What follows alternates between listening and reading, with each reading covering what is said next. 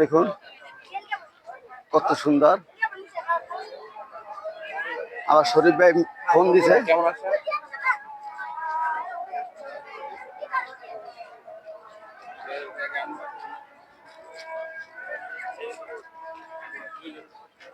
দেখার মতন একটা জায়গা আসতে পারেন, সেই সুন্দর জায়গা শেষ হবে না।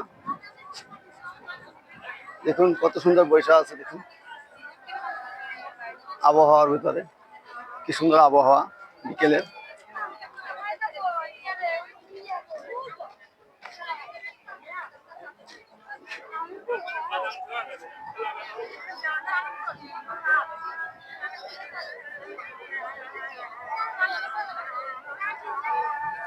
ছেলেরা টিকটক করছে সামনে।